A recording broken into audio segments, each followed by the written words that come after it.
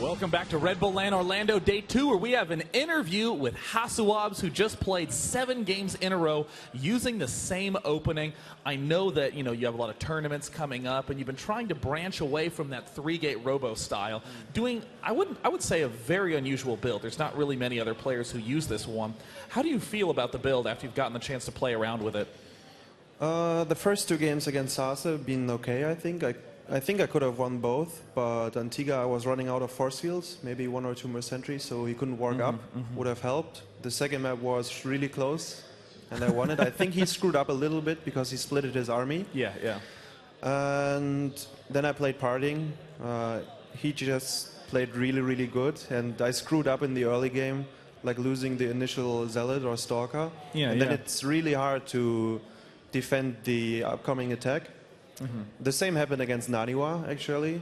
So I think the build has a little bit of potential, but it's really fragile, like in the first fights when Zealot Stalker against Zealot Stalker.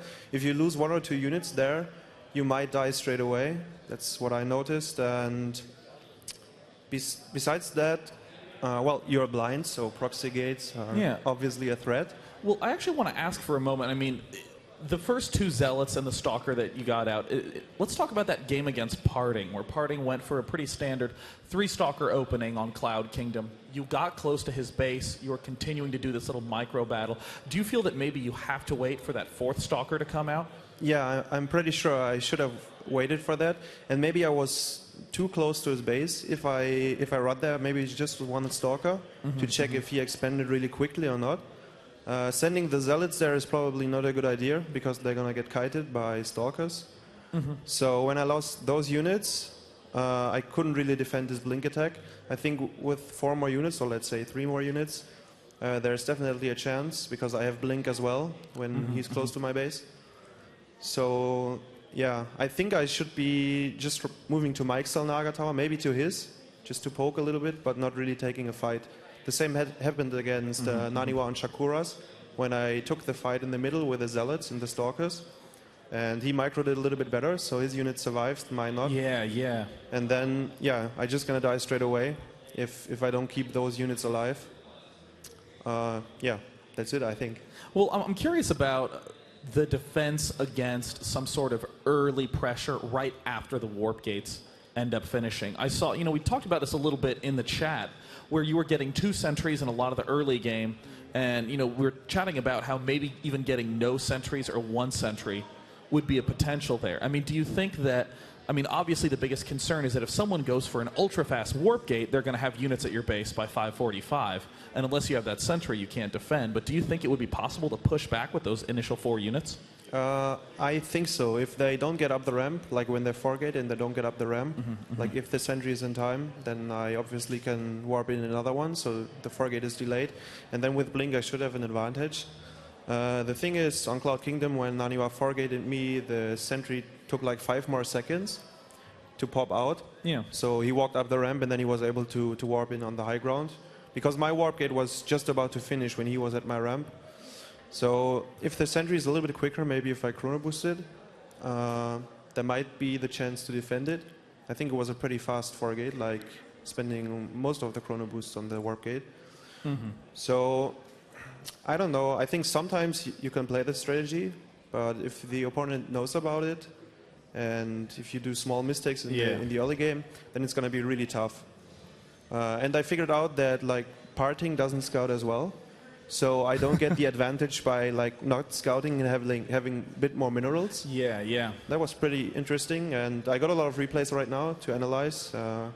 Especially Parting's build on Antigua was really interesting. Yeah. Because he had like 3 immortal when I arrived at his base. I mean, I screwed up before, like the Stalker was stuck in my base, and then I lost the 2nd Stalker at the Xelnaga tower. So I was like almost 2 Stalker behind because the other one was stucking for so long.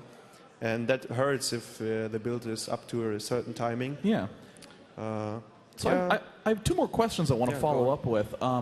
The first one is that you were talking a lot about the expand timing as something you were trying to figure out. Do you feel like, let's say you get past that early game, you get to the point where you're not dying due to some micro mistake and losing a zealot, losing to a 4-gate. How do you feel about the build or the expand timing or how it transitions into the mid game? Well, you do have, I think, 8 stalkers, 1 sentry, and 2 zealots when you move out with blink and the observer is about to pop. And then you can decide if you make a pylon on the edge trying to warp in zealots, so he has to split his army. And if he's on robo build, and if he splits his army, I think you can force field the ramp. Sometimes, not always, obviously. And if you see that doesn't work, you can try to expand really quickly behind this, and you can make immortals because you have the robo. And I did expand against Naniwa both games. On Antigua, as I said, I think with more sentries, I could have won because he was on no blink and immortals, so there's nothing to break the force fields. And the second map, we both stayed on one base for ages, like just walking stalkers. And those blink fights were pretty even all the time. And well, I basically expanded when I was mined out, and I think you almost did the same. So that can happen, obviously, in PvP. Yeah. That's the beauty of the matchup. So, last question. Now that you've had the chance to test this, I know that you talked a lot in your pre-interviews that you like to go back and analyze and sort of fix those leaks. I know you have a big tournament coming up. Do you think that you want to spend the time to rework this build, or do you think you want to go back to your old build? How do you feel about its status in the upcoming events? Well, there's obviously standard blink builds as well. You don't have to choose this opening. And I did play Blink lately at the IEM in Hanover at the CeBIT. So I think I'm going to watch the replays and try to figure out what went wrong. But I really think if I micro it a little bit better, there's a possibility to make it work.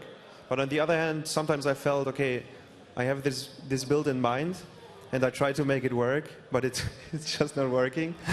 So I probably fall back to the more standard ways of open in PvP, and I guess they're not bad either. So, yeah. Well, awesome. Well, hey, best of luck to you. Thank you. And I hope to see you on Fun Day Monday that's coming up right after this, which I know is always an exciting event that a lot of people look forward to. So while we get that set up, we're going to head out for a bit, but when we come back, we're going to close out with a 4v4 mono battle. I'm Day 9. See you right after this for the wrap-up of Red Bull Orlando LAN Day 2.